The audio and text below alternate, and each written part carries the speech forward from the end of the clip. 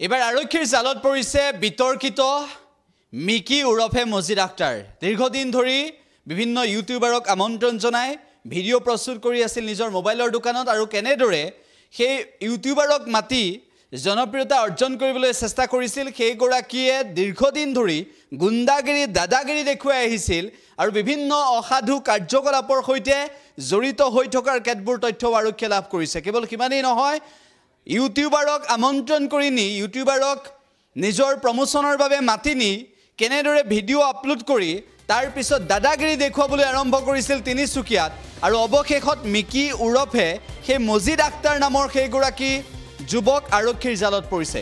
এই মুহূৰ্তত আমি আপোনালোকক জনাইছোঁ মিকি উৰফে মজিদ আক্তাৰ নামৰ সেইগৰাকী যুৱক জালত পৰিছে, যিগৰাকীয়ে প্ৰমোচনৰ নামত কেনেদৰে ভিডিঅ' প্ৰস্তুত কৰিছিল, মোবাইলৰ দোকানৰ প্ৰমোচনৰ নামত কেনেদৰে ভিডিঅ' প্ৰস্তুত কৰিছিল, ইউটিউবাৰক লৈ গৈছিল আৰু ইউটিউবাৰৰ জৰিয়তে ভিডিঅ' প্ৰস্তুত কৰি এইগৰাকী মিকি উৰফে মজিদ আক্তাৰে কেনেদৰে দীৰ্ঘদিন ধৰি কাম কৰি গৈছিল আৰু অৱশেষত যি দাদাগিৰি আৰু গুণ্ডাগিৰি সেয়া দেখুওৱাৰ বাবে তিনিচুকীয়াত ৰোষত পৰিছে।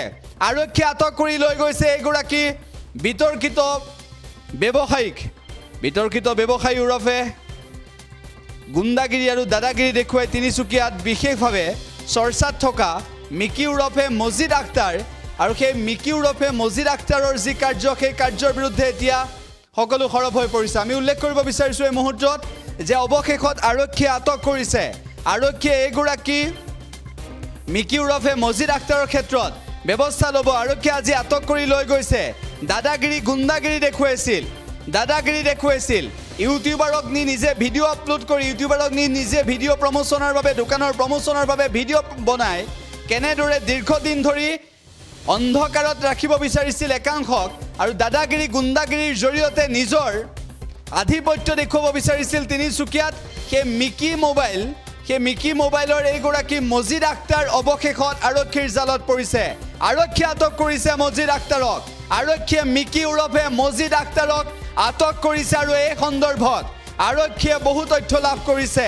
অতি সোনকালে গ্ৰেপ্তাৰ কৰি জেললৈ প্ৰেৰণ কৰাৰ সম্ভাৱনা বিৰাজ কৰিছে। দীৰ্ঘদিন ধৰি ইউটিউবাৰৰ জৰিয়তে কেনেদৰে ভিডিঅ' প্ৰস্তুত কৰি মিকি মোবাইলক আগবঢ়াই নিবলৈ চেষ্টা কৰিছিল, দাদাগিৰি গুণ্ডাগিৰিৰ জৰিয়তেও বহু অভিযোগ উত্থাপন হৈছে এইগৰাকী মিকি উৰফে মজিদ আক্তাৰৰ বিৰুদ্ধে। আৰু ইয়াৰ পিছত আজিৰ দিনটোত আৰক্ষীয়ে আটক কৰিছে। আৰক্ষীয়ে ব্যৱস্থা গ্ৰহণ কৰাৰ ইংগিত প্ৰদান কৰিছে।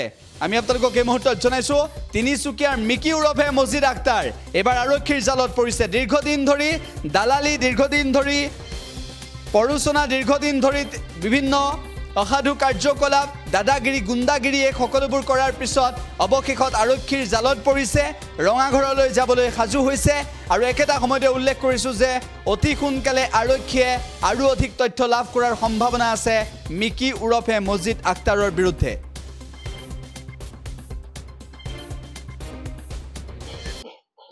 তিনিচুকীয়া আৰক্ষীৰ ওচৰত কমপ্লেইন এটা আহিছিল যে অলপ দিনৰ আগত তিনিচুকীয়া থানাত ৰেজিষ্টাৰ হোৱা কেছ এটাৰ ইনভেষ্টিগেশ্যন চলি আছে আৰু সেই ইনভেষ্টিগেশ্যন চলি থকা অৱস্থাত মিকি মোবাইলৰ স্বত্বাধিকাৰী আৰু কেইজনমান ব্যক্তিয়ে সেই ইনভেষ্টিগেশ্যনটোত অলপ আনডিউ ইনফ্লুৱেঞ্চ কৰিবলৈ চেষ্টা কৰিছে বুলি কমপ্লেইন এটা পোৱা গৈছে।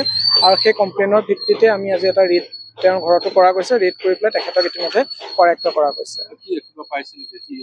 ৰেড চলিছে, তাত কিছুমান আমাৰ তেওঁৰ গাড়ী এখন আমি পাইছিলোঁ, কমপ্লেইনত আছিল গাড়ী এখনৰ কথা, আৰু আৰ্মছ দুটা পোৱা গৈছে। আৰু বাকী ৰেড চলি আছে, বাকীখিনি পিছত গম পাম। সেইখিনি এতিয়ালৈকে আমি পৰ্যায়ত আছে, একদম ইনিচিয়েল ষ্টেজত আছে, পিছত কিন্তু এতিয়া আমি আৰ্মছ দুটা পাইছোঁ। কমপ্লেইনটোত দিছে যে কেইবাজনো ব্যক্তি আছে যোনে ইনফ্লুৱেঞ্চ কৰিব ট্ৰাই কৰি আছে ইনভেষ্টিগেশ্যনটোত। চ' সেইখিনিৰ ওপৰত আমি তদন্ত চলাই আছোঁ। এতিয়া বৰ্তমান পুলিচৰে আছে, বাকী পৰ্যায়ক্ৰমে যদি আৰু কিবা আমাৰ বেলেগ ডিপাৰ্টমেণ্টৰ লাগে তেওঁলোককো ইনভলভ কৰিম।